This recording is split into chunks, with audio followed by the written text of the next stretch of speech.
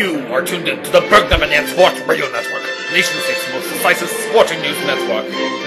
And good evening, I'm Thomas Hamilton with the Bergnovinaian Sports Radio Network, live on assignment from Lasft Cafundeu.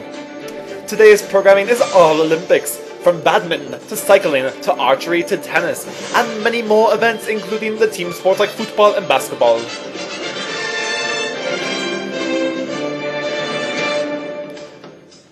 We will look at the reasons why Bergnovinaian has not earned the gold, and where their best chances lie. And also at something Bergnovinaian has not ever qualified at a Summer Olympics for. The team women's gymnastic qualification for the women's final. We will also look at one of Bergnovinaian's most popular new sports, equestrian. And how Bergnovinaian is doing it in their traditional sport, where they own tennis and diving. Surprisingly, no medals in diving yet. And without further ado, let's jump straight into Olympic headlines here from Lasft Cafundeu.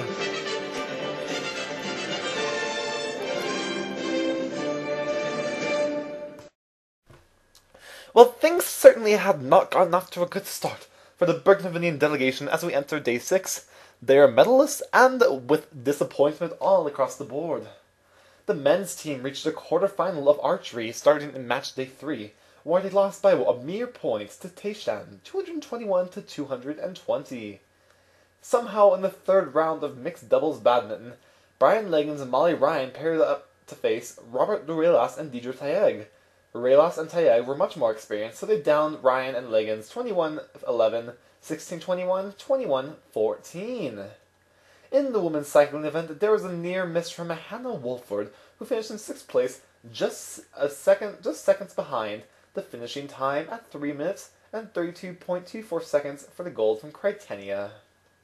Also, in diving, there was a disappointment when Plato Inin and Gregory Stratton in the men's synchronized 10-meter platform diving finished in 10th place. That shocked everybody. In fencing, when it came down to the third round of the men's sabre competition, Joseph Thorne, the only remaining competitor from Bergnovinaian, lost to Leonardo Zondek. In men's football, Bergnovinaian defeated Thetius 2-1, leaving the team at a 1-1 record overall. In the women's gymnastics stage qualifications, Grace Huang qualified in U-bars, but despite solid performances, no other players individually qualified. However, the team as a whole qualified, where they will face nations such as that of Cafundeu. Day 4 saw some disappointments as well, especially in archery, where Bergnovinaian was eliminated in the first round of the women's team events, and in diving, where Bergnovinaian earned gold last year, but finished in 22nd this year. However, in the women's equestrian event, Bergnovinaian stands at 4th place, which is rather odd. In field hockey, Bergnovinaian downed Astrogath 3-0 in the men's event, and in the women's event, Bergnovinaian defeated Altamira 6-1. There were some surprising performances in sailing, such as that of Crystal Marson in the women's heavyweight dinghy race, where she finished 6th place, and that of Antonia Menke and Steve Menke, where they finished 6th place in the men's keelboat first race. There were also some surprising performances in swimming. In the men's 200-meter butterfly heats, Ulysses Caritas qualified with a time of 1 minute 55 seconds, .18, tied with Matthew Chilak of Kelsek. That was one of the best performances of the day by any Bergnovinaian swimmer. Now, moving on to the continuing events of day 4 that were a lot across the board. We must apologize quickly before we move into these events because we mixed them up with day 5. It's getting rather late here in Cafundeu, and I haven't had any coffee, so I must apologize. Day 5 events haven't actually started yet, but they will soon in the morning.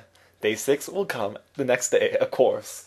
Anyhow, in the women's 200-meter freestyle heats, Bergnovinaian was excited to see Margaret Thames finish in 1st place with a time of 1 minute 55 seconds, .59. It was one of the greatest swimming performances ever. It is rumored that she may get Bergnovinaian's first medal, and that might be a gold. Bergnovinaian also had some other solid performances, despite not finishing in the medal performance. There was a solid performance from Deidre Pétant at the women's 400-meter freestyle final. Just the fact that she qualified was amazing, but she finished with a time of 4 minutes 2 seconds, .99, just 0.9 seconds behind the gold. In the swimming women's 200-meter medley heats, Alexis Gomez also qualified in 3rd place with a 2 minute 2 minute 11 second 0.62. It's qualification time. Just 0.01 seconds behind first place. There were some disappointments in table tennis, both in the men's and women's events. Rodney Galloway of Bergnovinaian reached the quarterfinals, but he took on Vasne Solaka of Veikaku. Galloway won the first set easily at 11-5, but dropped the 4 remaining sets 11-6, 11-7, 11-9, 11-4. He was eliminated from that event. In the women's quarterfinals, April Mero was expected to win her match against Erika Alumni, but she lost 11-4, 11-3, 7-11, 10-12, 7-11, 11-6, 11-1. It looked like she might have had it there when she had that consecutive 3-set rally. Men's beach volleyball looked fairly solid today as John Nash and Barack Oden of Bergnovinaian defeated Darren Cole Aket Vermont in 2 sets, 21-14, 21-19. They sit in second place as a group, tied with Williams Richon and Thomas Ricardo. The other group of Joshua Fuller and Don Richardson defeated Min Alpuk and Amat Lassi 21-17, 21-18. They sit in the first place in their group with a 2-0 record. Women's volleyball also went rather well, with Riley Long and Sarah Porter defeating Kylie Farmer and Jennifer Sitton. They defeated them 21-14, 21-16. That puts Lond and Porter tied with Savare and Clodiste. Rounding out Bergnovinaian's 4 consecutive beach volleyball wins across the board, Kevin Grisman and Aspen White teamed up to down Louisa Yalondi and Christina Matarki of Kesselk, 21-13, 21-19. Griffin and White sit at the top of their group, tied with Nivalsi and Leguski, 2-1. There were mixed results between men's and women's water polo in the first match day. Bergnovinaian took on Bears Armed in the men's group, and they defeated them 8-6, putting them at second place in the group. However, the women's group lost 11-8 to Kajaska and Paruzu, putting them in third place with a 0-1 record. In weightlifting, Randy Rolfe was the closest Bergnovinaian competitor with 306. 361 scored the gold. Samuel Hamblin was very close in the men's 85-kilogram event, just 1 or 2 weights behind getting a medal. There was surprisingly a tie for the bronze medal. In the women's 69-kilogram event, Leah Schutz had 229, whereas the top had 273. Baseball got off to a good start today as Bergnovinaian defeated Joshun 9-4.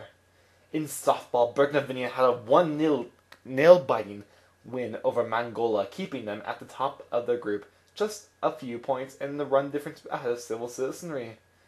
In golf, Felicia Sanhat finished in 5th place, Lucine Denoff finished in 15th place, and Julian Thames finished in 38th place after the day.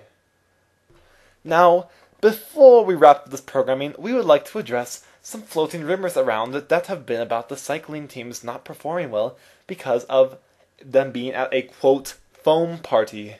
These rumors are indeed true. The Olympic Committee has verified them. It is quite a shame.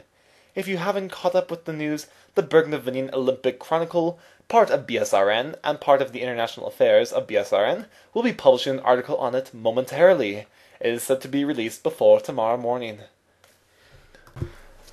Thank you for tuning in to this special live broadcast of the Bergnovinaian Sports Radio Network, live from Lasft Cafundeu.